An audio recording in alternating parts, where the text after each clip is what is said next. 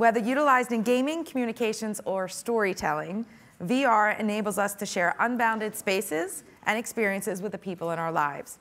To transport us to another dimension, I'm pleased to welcome to the stage Trustee Dan Rose, Facebook's Vice President of Partnerships, and his colleague, Jason Rubin, the head of Worldwide Studios at Oculus.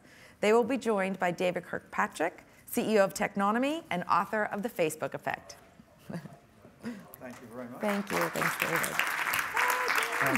This is very future spin. In fact, quickly, what we're going to talk about is virtual reality. And Facebook, which I wrote a book about at the time, didn't have anything. 4 years ago, by the way. You wrote a book 4 years ago about Facebook.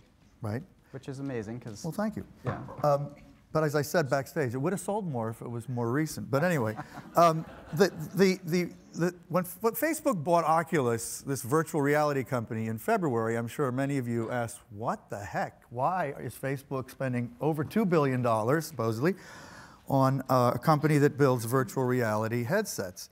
And that's what these guys are here to explain. So they've both been introduced.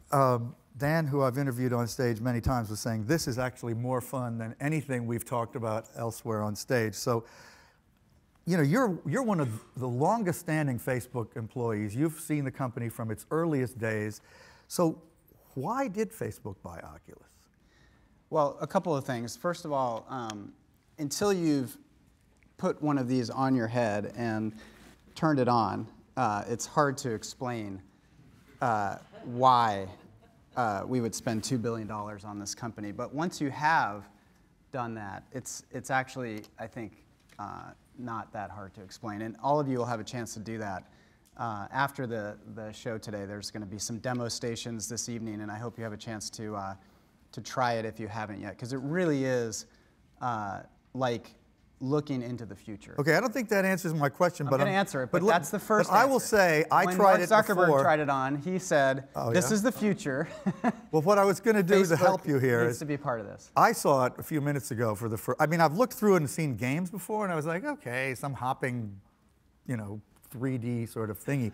But what they're now showing with basically movies on this device that you are inside of is quite extraordinary. And Pat, who just happened to be standing nearby when I was getting my demo, tried it and said, oh my God. And were you impressed or what? I get to do a customer. Yeah, well, I mean, just quickly, it's pretty cool, right? Yeah, it's so real that I actually had to reach and grab Dan's hand to make sure that I was still in this reality. I was in a tent in Mongolia having a meal with the family. I was on stage with performers, and one of them literally looked and winked at me.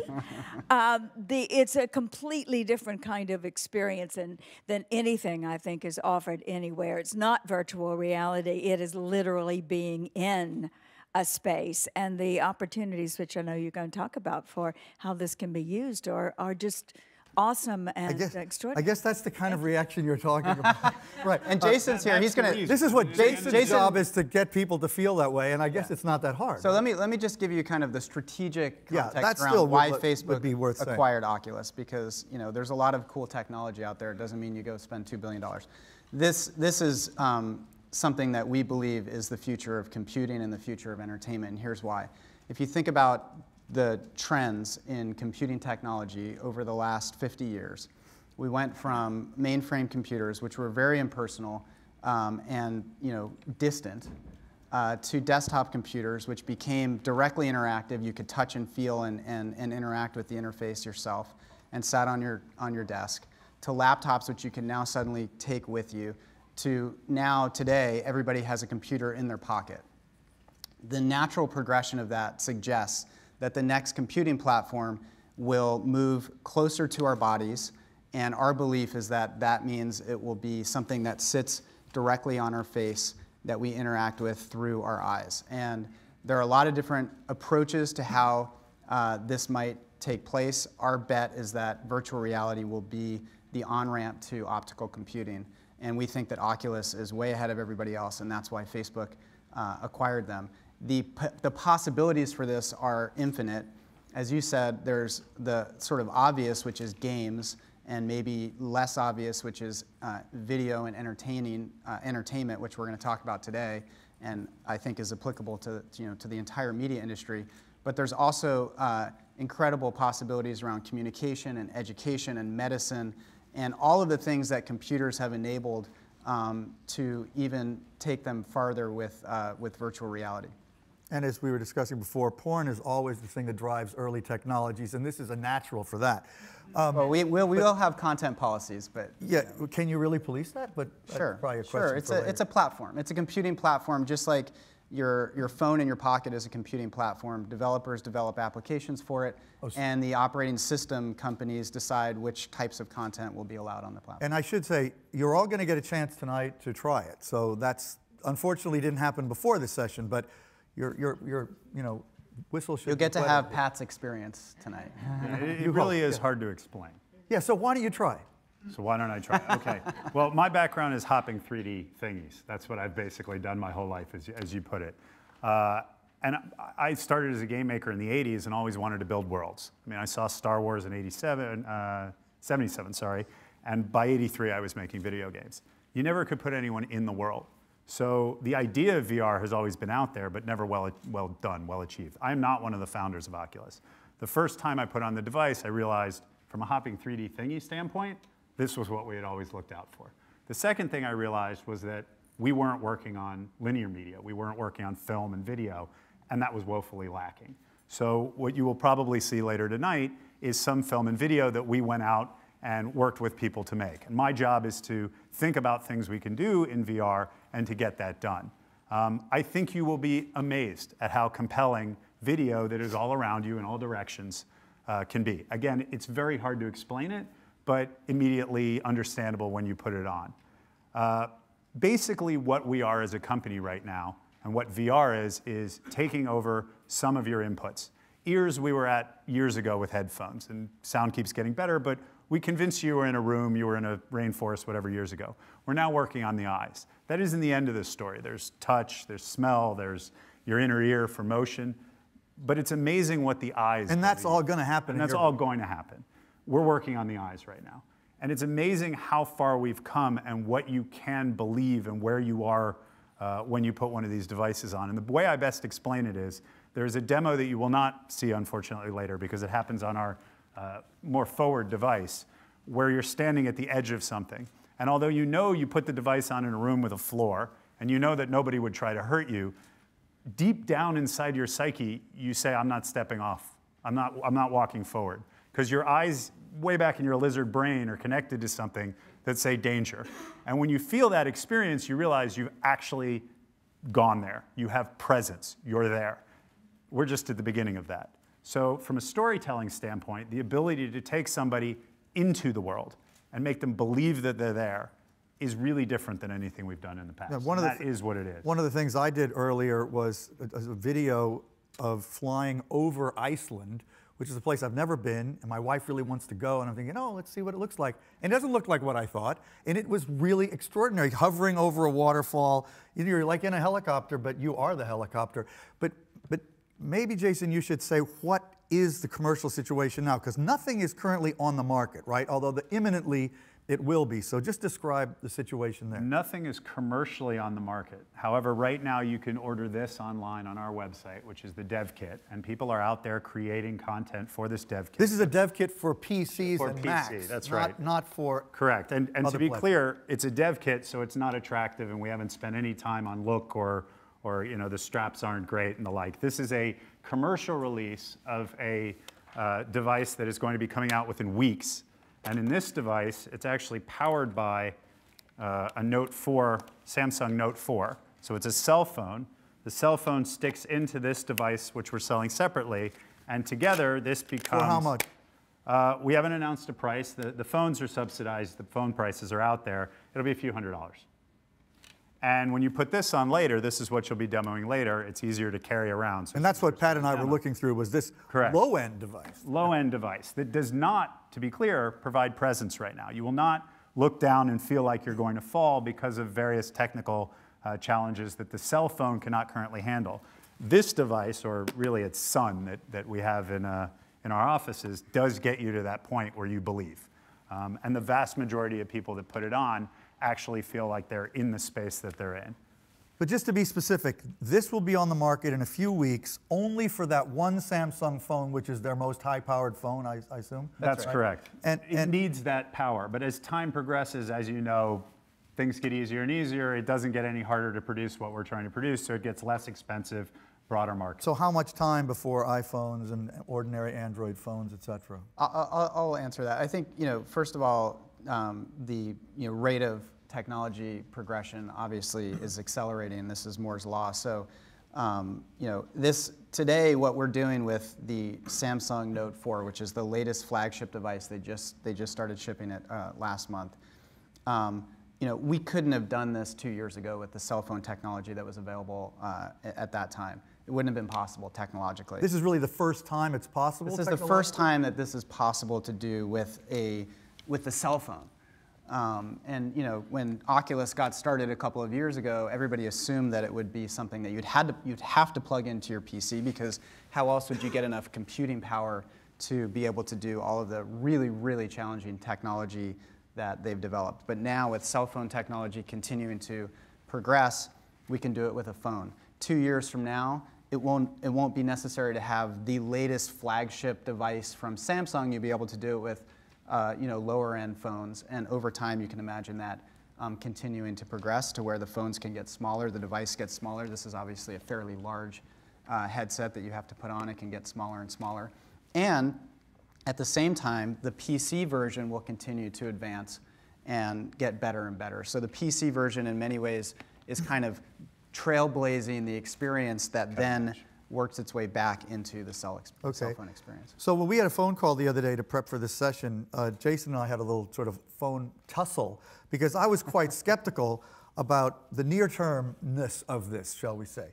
And to some extent I still am, but because there's a chicken and egg problem here, right? And you're very good at explaining this, Jason. Talk about you basically have the only commercial VR device that is, it's so weird that Facebook owns it, by the way, but we'll get to that later, that does 3D, real virtual reality.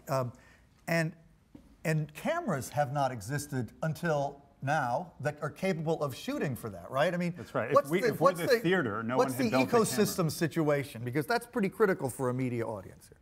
If we're the theater, there were no cameras for that projector. There was nobody was really thinking about it a few years ago. There were people dabbling with wouldn't it be neat and some hand brew stuff, but nothing that was really great. The minute that the first Oculus device was released to the public as a dev kit, it set off a flurry of development in cameras and in other technologies.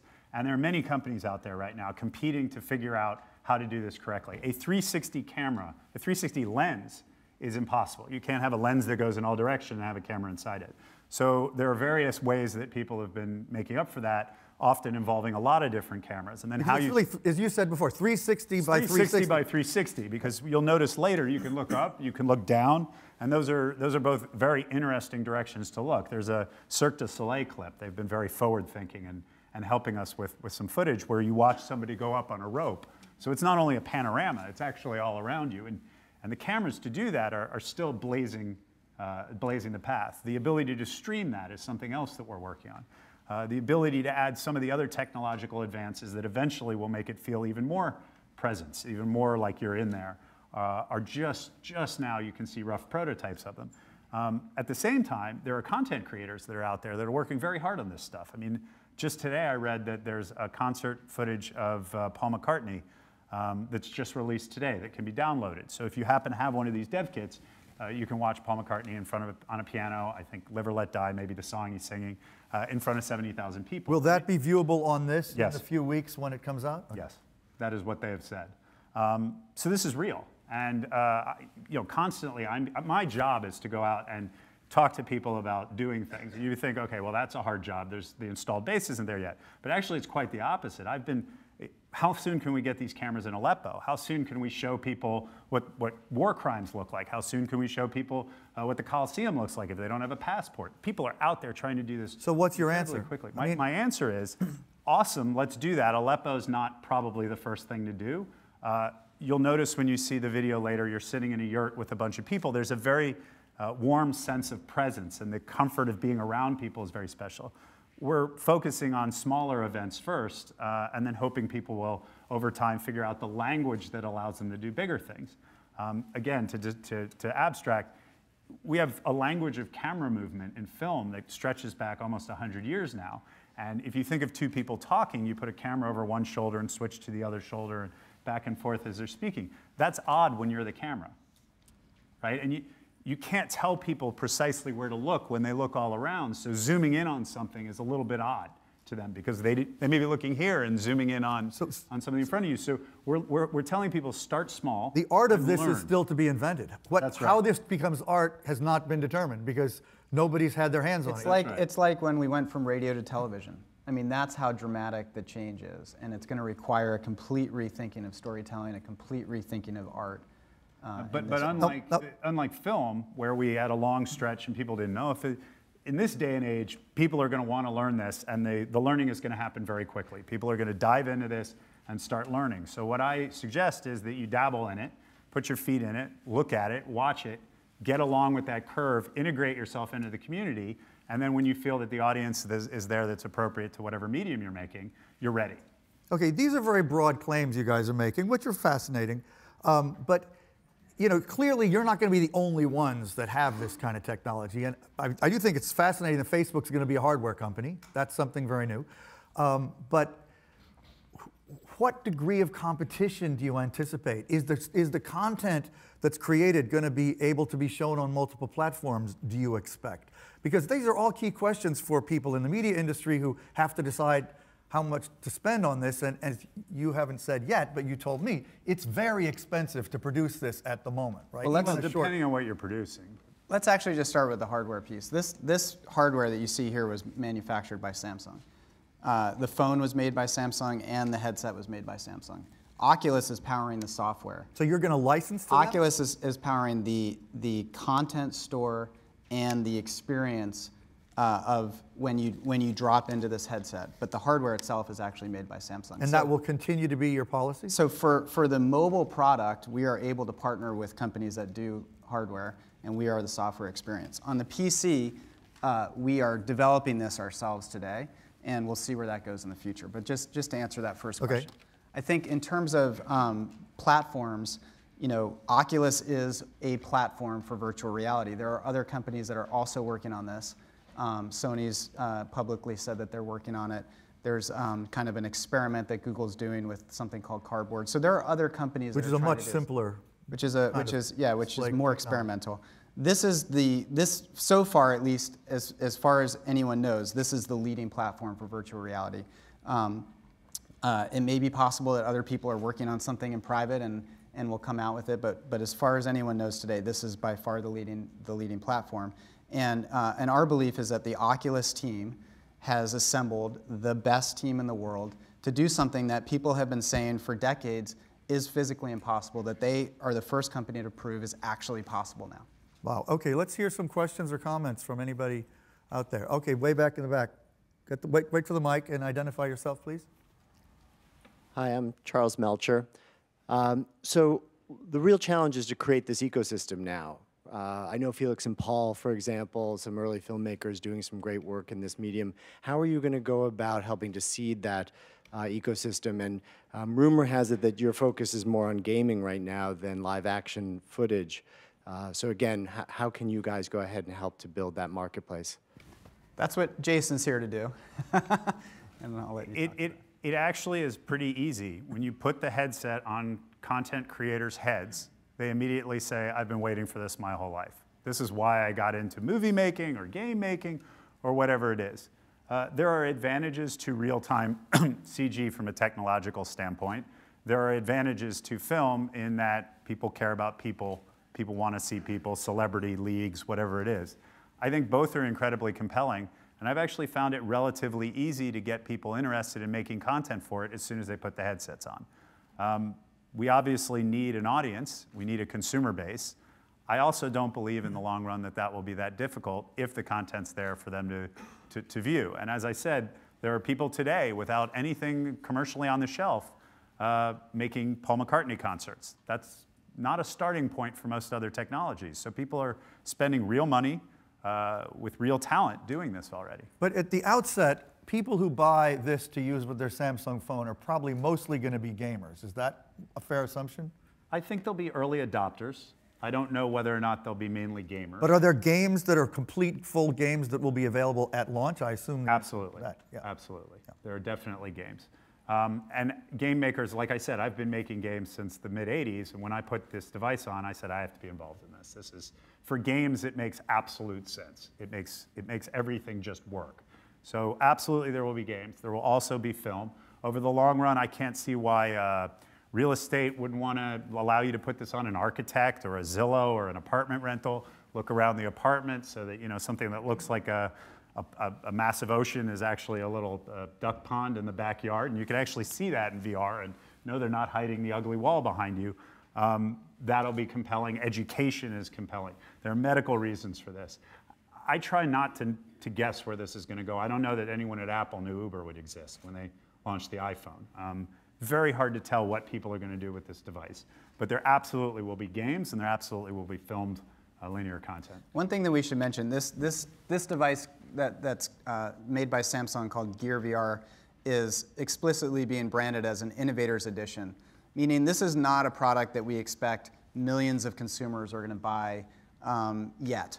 And the reason for that is there isn't enough content for millions of people to buy it. It will be the kind of product that early adopters buy to experience what we experienced when we first put it on, which is, wow, this is possibly what the future looks like, and do I want to be part of that? Do I want to participate in it? Do I want to start developing content or developing applications, or, you know, dreaming about what the next Uber could be on a platform like this? Those people will be the ones to build the content that will eventually lead to millions, and we think eventually billions of people wanting to own something like this. Okay, please, yeah. Hi, Kim Britzalora. Has DARPA, the Defense Department, I think they had technology similar to this, and have you interfaced with them at all, and have neuroscientists looked at the effects of this? So virtual reality has been something that people have been trying to pursue for decades. It's a technology that's been written about in science fiction for a long time, and there's been a lot of research that's been done around it. The thing that's really changed is the technology of basically mobile phones has gotten to a point where the screens are now capable of the types of technology that was never possible before, and that's really the leap that happened. If the iPhone and if Android smartphones hadn't come along, we would still be just pontificating about virtual reality as a hypothetical concept. It's really the emergence of those platforms that have made it possible. We have discussions with other folks in the field all the time, but what I would say is that the team at Oculus has really assembled the best and the brightest, people who have invented computing platforms before and have been dreaming about virtual reality for a long time, people like John Carmack and others who really are kind of the leaders in this field. And that's the reason why we bet on this company to be the first to really come out with a consumer commercial product. It is astonishing. The company was started by a 19-year-old, is that it? I believe he was about that age when he started. Paul Merlucky, in his garage in Orange County, and now they have sucked in a lot of the most experienced media and gaming and technology people in the world to this company, even before Facebook bought it, and the money's not hurting now. Over here, and then we'll get here. And that was only 3 years ago the 19-year-old started it, right? I mean, this has happened really fast. Rich Greenfield from BTIG. Just a quick question on shared experiences. You know, when I watch a concert on TV, it's boring. Even when you watch sports, there's nothing like watching sports, going to the game live. How do you think about the potential to actually share an experience? So Maureen and I are both in two different places. Are we going to be able to watch a Giants football game or the Super Bowl together, literally as if we're sitting next to each other? Is that a 10-year, a 5-year, or is that something that's going to happen a lot sooner in terms of possibility? I'd love to have your thoughts on that. Thanks for that. This is definitely a device that you put on your own head and you experience alone. However, once you have it on your head, we think of it as a social device. There's absolutely no reason that what you just said can't happen, and in fact, it's being worked on multiple places by multiple groups that I'm aware of. I've been commuting up to Menlo Park to work at Facebook. I would love to put on the headset and watch a movie next to my wife. I would love to do that. She's in Los Angeles. Not hard to do. And in fact, we know where your head is based on the technology. That's integral to doing VR. When you put somebody in a VR device and show their head movement, even if it's a block of wood that you're rendering next to a person. Which is probably what it would be at the beginning, more or less. An avatar. Right? Yeah. Probably not a block of wood, but an avatar. Yeah, an avatar. You know it's a human immediately because of the motion. It's just something that's deep inside us, thousands of years of programming. And on top of that, you probably know it's your wife, even if it's a block of wood, because of her mannerisms. So there's a microphone on the cell phone. There's speakers that can go into your ears. There's no reason we can't take her or his voice and transmit that. And there's absolutely no reason that, starting with maybe a talking chicken or an avatar next to you, you can't sit and watch something with someone. Eventually, yes, it should look like your friends, your family. And really, essentially 3D video that's live in both directions kind of thing is not at all out of the question in the not distant future. And that's what you're saying? I keep thinking of the Coliseum, a classroom somewhere in the middle of the United States. The teacher's standing there. Maybe she looks like a chicken, maybe she looks like a teacher. Doesn't really matter. Your whole class is standing around, and instead of showing you a little book or you're looking at a little picture, she's saying, this is the Coliseum. This is what it looks like. And the technology is really here today. It's just a matter of time until we do that. And Rich, live events is definitely one of the most exciting possibilities here. I mean, to be able to experience a front row seat at a sporting event or a concert, you know, it's something that has never been possible before this technology, and it's definitely something that people are excited about. But Jason, you said streaming is a challenge. How big a challenge? Well, these are big files. I mean, just based on the fact that they're stereo, there's 2 of them, it's quite large. The resolution of our screens is quite high. So you're streaming double movies effectively next to each other.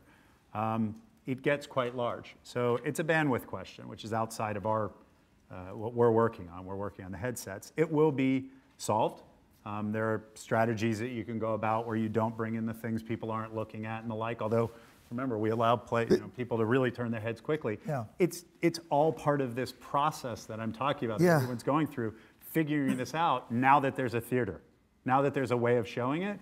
People are excited about this, and they're crawling off into all the corners of undiscovered territory to finish. There were lots of bandwidth issues with over-the-top, streaming. But it's interesting. This could be the technology that finally causes Americans to realize our country is falling behind globally on broadband. I mean, we're like way down the list, and it costs more to get less here, and that's a terrible problem we have. I said you were going to be next, and then I see a couple hands here and there. We've got a few more minutes. Let's try to get through as many as we can. Sure. Dario Rashidi from OMD. My question to you is, how do you work with other companies like Sony's Morpheus or others out there, Casio and a bunch of others that are working on similar products to make sure that VR as an industry is a success? Yeah, I would just say quickly, it's early days. There are other companies working on VR. I think we all have a vested interest in VR becoming a mainstream activity, and in that sense, we're all kind of aligned. But there are competing standards and competing platforms as well, and it's the early days of a new technology platform, and always impossible to kind of know where it's going to go and how it's going to play out. Okay, over there, and then we'll get to you. Lorene Arbus, I would be very interested to hear the answer to the second part of Kim's question regarding neurological implications. And I also would like to just make the observation, I think this can have fantastic implications for people with disability, paraplegics, et cetera, et cetera. Absolutely. You want to speak to that? Yeah, you get a lot of questions before people put it on. They say, wow, that's sad, it's solitary. And I say, no, it's going to be social, and we talk about things like the theater. But I also point out that if you were a wounded soldier and you are climbing Mount Everest with your buddies from the war and they have a camera on them, which is going to happen, that's fantastic. If you're in a hospital for some reason and you can't travel around and you have the ability to experience things with other people, that's fantastic. So I think the potential for good is huge here. And it gives people an ability to get outside of the world that they are in right now. If you don't have the money to travel, you can travel. Whatever it is, you can do it. If you like cooking, you can sit across from Martha Stewart and watch her cook, and you can actually feel like you're there, perhaps. So there's a huge amount of good that can come out of it. With regards to the neuroscientists, this is being looked at. There's no question about it. I don't have any specific studies or answers to give you right now, but people who are interested in this on all sides are looking at it, and it is definitely being studied. There is a really excellent book on this. I forget the name of it. Do either of you know the name of that book? I have it, and I've read part of it, but I can't remember the name. There's a really good book that sort of overviews the whole VR scene, and it talks about the neurological stuff and a lot of other elements. And we'll get the mic over here. Hi, Kate Hurst again. My question harkens back to what David mentioned at the beginning and the porn question, and also the gaming industry's been criticized highly for its violence against women, and I'm wondering if there's way to, I mean, are you controlling that? What is your position on that, or is this just going to be a device for any age, and are there any ratings of the kind of things you're going to put in as content? So we don't have all the answers to these questions yet. This is, the first time that we will actually have a way for developers to submit content to Oculus to be consumed is in a couple of weeks when this device will ship through Samsung. And it's very early days, and we're expecting some amount of content to come in, but it's not like there's hundreds of thousands of developers out there who are all ready to have their applications available. So we will have content policies. It is a platform not dissimilar from mobile operating system platforms or computer desktop platforms. And Oculus will be the purveyor of the store itself, and so developers will have a relationship with Oculus as they submit their content. And we will be going through a process to make sure that the content that's submitted is comfortable for people to experience. We want the people who buy this device for their first experience with it to have a comfortable experience, and that's really important to us. And so we will have editorial control over what content goes in. We've got to wrap, but before we do, I want to just give Jason a chance to tell some things that are really happening now that you haven't mentioned, the things that Interstellar and How to Train Your Dragon, things like that that have been used already. Talk about that. Really quickly, on the streaming, that is not preventing us from distributing video right now. I just want to make clear that streaming is a live event thing we have to conquer, but if you want to download a massive movie and play it on the PC version easy and with an SD card. You just have to wait a little bit. Yeah, but we have every ability to do it without streaming. So that problem is more for live events and the like. And to your point, there's a lot of stuff going on right now. And DreamWorks, I think it was about a year ago actually, in Times Square, just down the street here, put 5,000 people through a How to Train Your Dragon flying simulator right in Times Square. Just let people walk up and do it. And Interstellar, as a promotional thing. As a promotional thing, just using the device. But for most people, it was the first time they'd heard of VR, let alone Oculus, right? And it's an amazing experience. You actually sit on a device, and it feels like you're flying. They put a fan in front of it, so your hair blows in the wind. And Interstellar was recently launched in a bunch of key cities with a 3D experience that went on. And there are other developers and other media so they had these devices in certain theaters? Yes, at Comic-Con there were multiple, I don't remember exactly how many, but multiple booths that were set up specifically to use the Oculus device to put you inside a movie or inside the characters. Avengers, multiple of them. There was an Iron Man one, there were a bunch of these things. So people are not only using it for content, but also using it for marketing purposes, and it's been extremely effective. We keep getting more and more incoming calls. How can we do this? How can we get involved? What can we do? So it really has so many potentials that it's impossible to know where this goes, but it's going. It's very exciting and it's very fun, which is why this was a fun discussion to have. There's a lot more questions we didn't have time to talk about, but it's a great discussion. Thank you both so much. Thank you.